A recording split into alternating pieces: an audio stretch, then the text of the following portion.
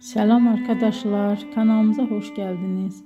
Bugün sizlere Türkiye'nin en tanınmış genç oyuncularından biri olan Hande Erçel'in hayat hikayesinden bahsedeceğim.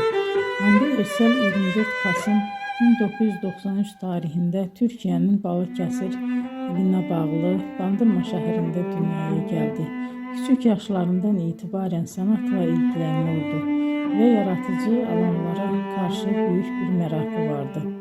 Daha sonra İstanbul'da Mimar Sinan Güzel Sanatlar Üniversitesi'nde eğitim aldı. Ama onun hayatında ilk adım oyunculuk değildi. Hande Erçel kariyerine modellik yaparak başladı. Genç yaşta katıldığı güzellik yarışmaları sayesinde dikkat çekti ve kısa bir süre televizyon dünyasının kapıları ona açıldı.